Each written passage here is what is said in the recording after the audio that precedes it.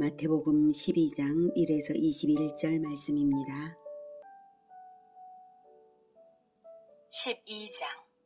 그때에 예수께서 안식일에 밀밭 사이로 가실새 제자들이 시장하여 이삭을 잘라 먹으니 바리새인들이 보고 예수께 말하되 보시오, 당신의 제자들이 안식일에 하지 못할 일을 하나이다. 예수께서 이르시되 다윗이 자기와 그 함께한 자들이 시장할 때에 한 일을 잊지 못하였느냐?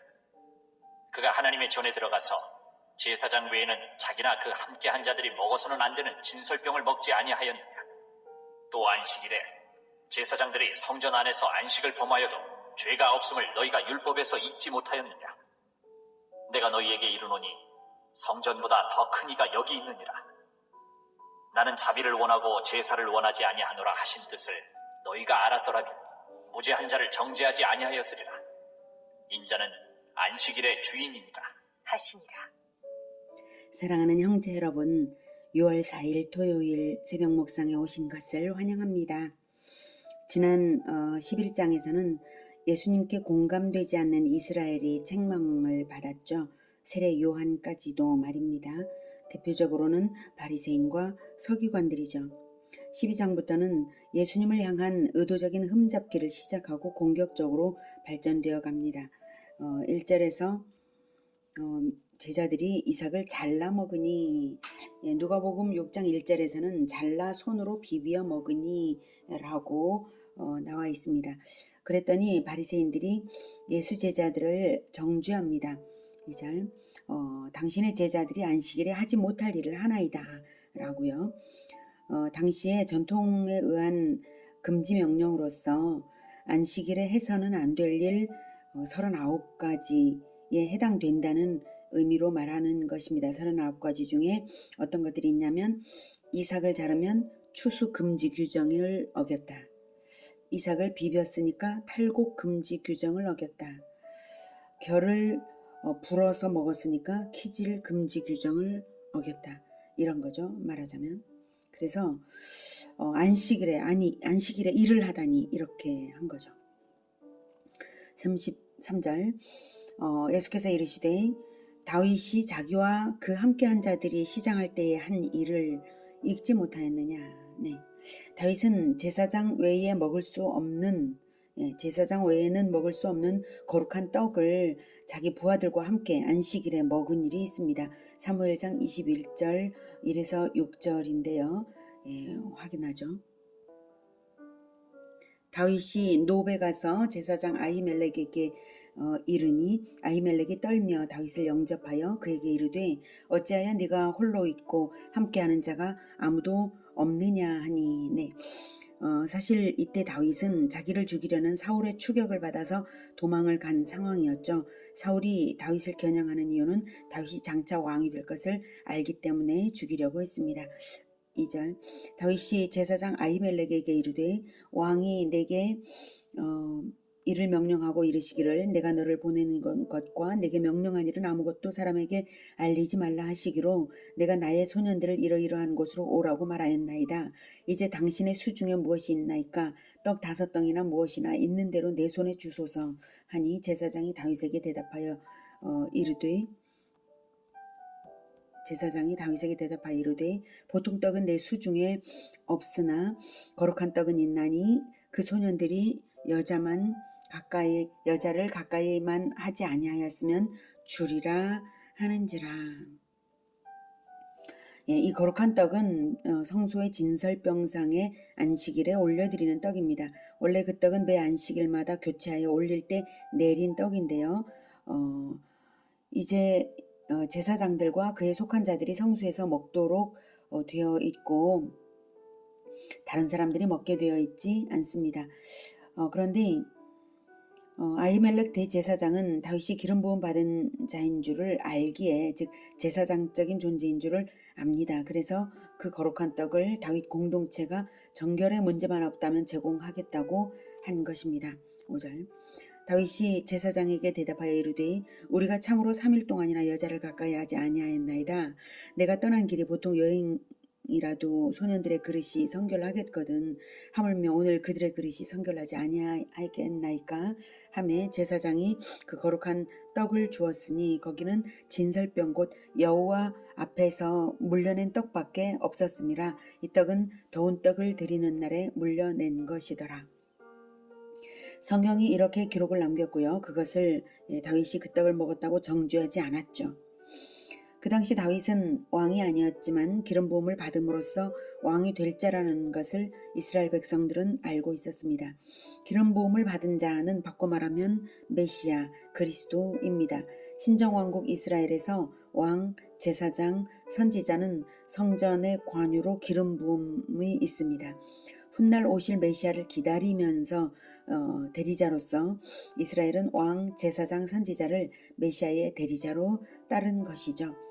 랍비 문학에서는 다윗 자신이 기름 부음을 받은 자였기 때문에 의식법을 어겨도 된다는 입장까지 취하고 있었습니다. 그래서 예수님이 계속 말씀하십니다. 4절. 그가 하나님의 전에 들어가서 제사장 외에는 자기나 그 함께한 자들이 먹어서는 안 되는 진설병을 먹지 아니하였느냐. 네. 다윗이 그렇다면 다윗보다 높은 차원의 기름 부음 받으신 예수님과 그와 함께한 자들도 의식법을 면제받을 수 있는 것이 당연하다는 의미입니다. 더욱이 제자들이 어겼다는 곡식을 비벼 먹은 행동은 모세의 율법도 아니라 바리새인의 전통일 뿐이기 때문에 사실은 전혀 정죄받을 일도 아니었죠. 5절. 또 안식일에 제사장들이 성전 안에서 안식을 범하여도 죄가 없음을 너희가 율법에서 읽지 못하였느냐? 네, 읽지 못하였느냐? 바리새인들은 예수 제자들이 안식일에 하지 못할 일을 했다고 비난했지만 사실은 바리새인들이 율법을 제대로 알지 못하고 하는 말이라고 오히려 책망하십니다. 너희들 성경도 안 읽었냐? 이런 조언 뉘앙스로요. 안식일에 제사장들이 성전 안에서 안식을 범하여도 죄가 없음이라고 문자적으로 명시한 것은 구약 성경에 없습니다. 그러나 성경을 읽어보면 그건 얼마든지 알 수 있는 일이죠. 율법을 기계처럼 문자적으로 읽지 말고 뜻을 생각하면서 읽으면 삼척동자라도 알 수 있는 일이죠. 왜 율법의 내적인 의미를 읽어내지 못하느냐라는 책망이십니다. 성전 안에서 안식을 범하여도 이 말씀은 또한 진정한 성전이 예수님 자신이라는 의미입니다. 내 안에 있는 이 사람들이 설령 안식을 범하여도 문제가 없는데 안식을 범한 것도 아니고요. 그렇게 말씀하셨어요. 제자들이 진정한 성전이시며 안식의 성취자이신 예수 안에서 행한 일이므로 죄가 될 수 없는 것입니다. 이런 말씀이 우리 한국인들 성막과 성전을 잘 모르는 우리들에게는 이해가 되기 어려울 수 있지만 우리 한국인들은요, 바리새인들은 알아들을 수 있는 말씀입니다. 게다가 직접적으로 선언하십니다. 6절. 내가 너희에게 이르노니 성전보다 더 큰 이가 여기 있느니라. 성전보다 더 큰 이. 즉 예수님 자신이 바로 그리스도이심을 말씀하신 것입니다. 그리고는 하나님께서 구약 율법을 주신 의도를 떠올리십니다. 7절. 나는 자비를 원하고 제사를 원하지 아니하노라 하신 뜻을 너희가 알았더라면. 네. 호세아 6장 6절인데요. 확인할게요. 호세아 6장 6절. 나는 인애를 원하고 제사를 원하지 아니하며 번제보다 하나님을 아는 것을 원하노라. 아는 것을. 제사의 진정한 목적은 죄인을 구원하시고자 하는 하나님의 자비입니다. 죄인을 정죄하고자 하는 것이 하나님의 본의가 아닙니다. 구원하시고자 하는 것입니다. 하물며 죄인이 다른 죄인을 정죄하는 것이 합당하겠습니까? 율법을 주셔서 제사제도, 안식일제도, 성전제도를 주신 뜻은 자비를 베풀어서 죄인이 하나님을 만나는 길을 열어주신 것인데 그 율법을 본 뜻대로 적용하지 않고 그 율법을 이용해서 죄인을 정죄하기에 급급한 바리새인들의 태도는 하나님의 뜻과 거리가 먼 것이었죠. 그리고 나서 아까보다도 더 직접적이고 결정적으로 진실을 선언하십니다. 8절. 인자는 안식일의 주인이니라. 네, 예수님 자신이 그리스도이심과 율법의 입법자이시며 안식의 성취자이심을 이보다 더 명쾌하게 말할 수 있을까요? 내가 왕이다. 내가 주다. 내가 율법의 주인이다. 내가 안식일을 제정했다. 내가 영원한 안식을 주는 자다. 이렇게 말씀하신 것입니다. 6일간 천지 창조를 하시고 7일째에 안식하시면서 그날을 거룩하고 복되게 하신 그 안식일 제정. 안식일은 거룩하고 복된 영원한 안식의 때를 상징하는 것입니다. 7일간의 그 기간은 인류 역사 전체를 상징합니다. 창조의 기간이죠. 인간의 범죄 이후 모든 것이 망가졌기 때문에 하나님은 지금도 인간들을 재창조하고 계신 중이시거든요. 죄인들의 영혼의 재창조를 완성하시면 새하늘과 새 땅도 내어주셔서 영원한 천국이 시작되는 그때가 바로 영원한 안식일입니다. 그러므로 안식일의 주인이라고 하신 것은 내가 바로 천국의 왕이다 라고 하신 것입니다. 우리는 그리스도의 백성이고 그리스도께 속한 자들이므로 안식 안에 있습니다. 그러므로 설령 율법을 본의 아니게 어기는 일이 있다 하여도 고의적인 악의가 없었다면 그리스도 안에서 정죄되지 않습니다. 그리스도 안에서 그리스도와 동행되고 있다면 안식 안에 있습니다. 중요한 것은 문자적인 율법 규정이 중요한 것이 아니라 우리가 성전이신 그리스도 안에 있는가, 그분의 안식 안에 있는가, 그분과 동행되어 있는가 이것입니다. 9절 거기에서 떠나 그들의 회당에 들어가시니 한쪽 손 마른 사람이 있는지라. 사람들이 예수를 고발하려 하여 물어 이르되 안식일에 병 고치는 것이 옳으니이까? 예수께서 이르시되 너희 중에 어떤 사람이 양 한 마리가 있어 안식일에 구덩이에 빠졌으면 끌어내지 않겠느냐? 사람이 양보다 얼마나 더 귀하냐? 그러므로 안식일에 선을 행하는 것이 옳으니라 하시고 이에 그 사람에게 이르시되 손을 내밀라. 하시니 그가 내밀매 다른 손과 같이 회복되어 성하더라. 바리새인들이 나가서 어떻게 하여 예수를 죽일까 의논하거늘. 네.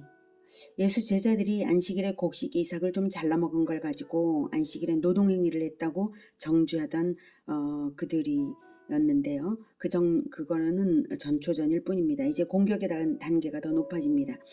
장소는 회당이었어요. 공적인 장소인 회당이었고요. 안식일 날이었으므로 사람들이 많았죠.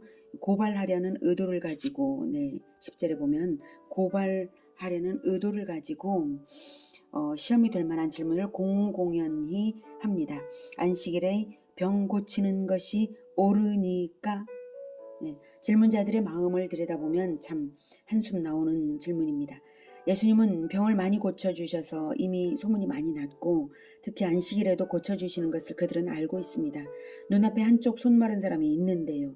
그들은 그 장애인이 고침받기를 바라는 것이 아니라 오히려 고쳐준다면 그것을 고발하려고 하여서 물은 것이에요. 그 마음이 얼마나 냉랭합니까? 그 목적이 얼마나 불순하고 악한가요? 구원받은 자의 마음입니까? 전혀 아닙니다. 고쳐주시기도 전에 도발적인 질문을 던지면서 여차하면 고발하겠다는 의도를 노골적으로 드러내었는데요. 한 사람의 질문이 아니죠. 함께 모략을 해서 작당을 하고 묻는 것입니다. 한쪽 손 마른 사람은 생명에는 아무 지장이 없어서 반드시 안식일에 고쳐야 할 이유는 없죠. 내일 고쳐줘도 되겠죠. 하지만 예수님은 그들의 의도를 다 아시기 때문에 오히려 올바른 가르침의 기회로 선용하십니다. 그래서 분명하게 말씀하십니다. 안식일에 선을 행하는 것이 옳으니라. 안식일을 핑계로 선행을 금지해서는 안 됩니다. 그리고 누구나 안식을 범할 만한 사례를 들어서 가르치시죠. 11절에 양 한 마리가 있어 안식일에 구덩이에 빠졌으면 끌어내지 않겠느냐? 유대인들의 탈무드에 의하면 안식일에 동물이 웅덩이에 빠지면 그 상황이 동물의 생명에 위급할 때는 동물을 건져내고 그렇지 않을 때는 음식물을 갖다 주어 다음날까지 지내도록 규정하고 있습니다. 음식물을 갖다 주는 것이나 건져내는 것 모두 따지고 보면 노동행위죠. 그렇다면 그들 자신이 정한 그 전통으로도 이미 이렇게 하든 저렇게 하든 안식일의 노동행위를 용인하고 있는 셈이었죠. 동물 때문에도 그럴 수 있다면 사람을 위해서는 더욱 그럴 수 있는 것이 당연하지 않습니까? 사람이 양보다 얼마나 더 귀하냐 말씀하십니다. 바리새인들의 무자비한 태도는 하나님의 형상으로 지음받은 인간을 동물보다도 못하게 대우하는 셈입니다. 그것도 안식일을 핑계로 말입니다. 그래서 예수님은 보란듯이 안식일에 선행을 하십니다. 이에 그 사람에게 이르시되 손을 내밀라 하시니 그가 내밀매 다른 손과 같이 회복되어 성하더라. 즉석에서요. 너무 놀랍고 기쁘고 기가 막힌 일이죠. 예수님은 그리스도라는 사실이 바로 눈앞에서 증명되었습니다. 그 장애에는 안식 없는 인생이었는데 안식이 드디어 성취된 것입니다. 예수님은 올바른 가르침을 줘도 마음을 굳게 닫아걸고 묵묵부답으로 냉랭하게 서 있는 그들 앞에서 보란듯이 장애를 고쳐주셨습니다. 그런데 손을 내밀라는 명령은 노동이라고도 치료행위라고도 정죄할 수 없는 그저 말씀일 뿐이죠. 그래서 예수님을 정죄하고 싶었던 바리새인들은 야기에 올랐습니다. 14절 바리새인들이 나가서 어떻게 하여 예수를 죽일까 의논했습니다. 바리새인들의 마음밭이 얼마나 악한가요? 율법을 잘 지킨다는 그들이 말입니다. 장애가 고쳐진 것을 함께 기뻐해 주어도 부족할 판인데 인간으로서는 결코 할 수 없는 그 기적을 목격하고도 그리스도인 줄을 깨닫지 못하고 예수님께 엎드려 절을 해도 부족할 판인데 어떻게 하여 예수를 죽일까 의논한다는 것은 바로 자기들이 마귀의 자식들임을 증명하는 행동입니다. 그들은 안식일을 범하는 자는 돌로 칠 수 있다는 규례에 의해서 예수를 돌로 쳐 죽이고 싶었지만 그러지 못한 것이 분했던 것입니다. 당시 로마 식민지법에는 로마 정부의 재판 없이 임의대로 사람을 죽일 수 없게 했습니다. 그래서 그들은 어떻게 하면 로마법에 저촉되지 않고 또 백성들의 동조를 얻어내어서 예수를 죽일 수 있는지 헤롯 당과 함께 음모하기 시작했다는 것을 마가복음 3장 6절에서 말합니다. 바리새인들이 나가서 곧 헤롯 당과 함께 어떻게 하여 예수를 죽일까 의논하니라. 헤롯 당은 에돔 사람인 헤롯 안디바 왕을 지지하는 세력인데요. 철저한 유대주의자들인 바리새인들과는 연합하지 않습니다. 명분상 바리새인들이 헤롯 당과 연합한다는 것은 명분상 있을 수 없는 일인데요. 예수를 죽이기 위해서라면 연합하고 있는 모습인 것이죠. 이렇게 예수님은 공생의 초반부터 종교적 또는 정치적으로 박해를 당하셨습니다. 15절 예수께서 아시고 거기를 떠나가시니 많은 사람이 따르는지라. 예수께서 그들의 병을 다 고치시고 자기를 나타내지 말라 경고하셨으니 이는 선지자 이사야를 통하여 말씀하신 바 보라, 내가 택한 종 곧 내 마음에 기뻐하는 바 내가 사랑하는 자로다. 내가 내 영을 그에게 줄 터이니 그가 심판을 이방에 알게 하리라. 그는 다투지도 아니하며 들레지도 아니하리니 아무도 길에서 그 소리를 듣지 못하리라. 상한 갈대를 꺾지 아니하며 꺼져가는 심지를 끄지 아니하기를 심판하여 이길 때까지 하리니 또한 이방들이 그의 이름을 바라리라. 함을 이루려 하심이니라. 예수님은 그 모든 것을 자기를 죽이려는 그 모든 것을 다 아시고 거기를 떠나가셨습니다. 예수님이 음모를 아시고 정면 충돌을 피하신 것은 두려워서가 아닙니다. 십자가 사역 이전에 해야 할 구원 사역이 많았기 때문에 불필요한 대립과 시간 낭비를 피하신 것입니다. 그리고 따르는 많은 사람들의 병을 다 고쳐주시고는 자기를 나타내지 말라라고 경고하셨습니다. 그렇게 하신 이유는 이사야가 예언한 대로 사역하시기 위한 것인데요. 이사야는 오실 메시아가 심판주이신데 다투지 않으시고 그리고 겸손과 온유, 인내로서 구원하며 심판을 완성하시는 구원과 심판을 다 완성하시는 구원주요 심판주로 예언했습니다. 17절에 선지자 이사야를 통하여 말씀하셨다는 것은 이사야 42장 1에서 4절을 해석적으로 인용한 것입니다. 구원과 심판의 완성은 예수님 자체만을 통해서가 아니라 최후 심판날까지의 그 제자의 대열을 통해서 완성되어 가는 일이죠. 그러므로 더욱 사랑과 겸손과 인내와 지혜의 사역 모범을 예수님께서 세워가시는 것입니다. 이사야의 예언을 좀 더 들여다볼게요. 여호와 하나님의 말씀을 그대로 이제 말한 것인데요. 18절 보라 내가 택한 종, 택한 자라는 표현은 언약관계라는 의미입니다. 그리스도와 여호와 하나님의 언약관계를 암시하며 종이니까 그리스도의 절대 순종의 태도를 알게 합니다. 내 마음에 기뻐하는 자, 내 마음에 기뻐하는 바 내가 사랑하는 자로다. 네. 이런 표현을 하나님은 오직 예수님에게만 쓰셨습니다. 하나님 아버지와의 극진한 친밀도와 인정과 보장이 있음을 알 수 있죠. 마태복음 3장 17절에서 같은 말씀으로 다시 대중 앞에서도 확인시키셨죠. 예, 세례를 받으셨을 때에 하늘로부터 소리가 있어 말씀하시되 이는 내 사랑하는 아들이요 내 기뻐하는 자라 이렇게 하셨습니다. 내가 내 영을 그에게 줄 터이니 그가 심판을 이방에 알게 하리라. 내가 내 영을 그에게 줄 터이니 이것도 요한에게 세례받던 그 현장에서 성령이 비둘기같이 임하는 것이 나타났습니다. 그리고 예수님의 부활 승천 이후에는 예수님의 이름으로 모든 믿는 자들에게 언약대로 부어주셨습니다. 그렇게 성령을 부어주심으로 말미암아 일어날 일은 심판을 이방에 알게 하는 일입니다. 즉 복음이 이방 땅에 퍼진다는 뜻입니다. 복음을 심판이라고 말한 이유는 복음에는 구원과 심판이 다 들어있는 메시지이기 때문입니다. 심판과 구원의 양측면이 복음에 대한 태도에 달렸기 때문입니다. 복음을 전할 때에 거부하는 자들은 이미 심판이 선언된 것입니다. 19절 그는 다투지도 아니하며 들르지도 아니하리니 아무도 길에서 그 소리를 듣지 못하리라. 네.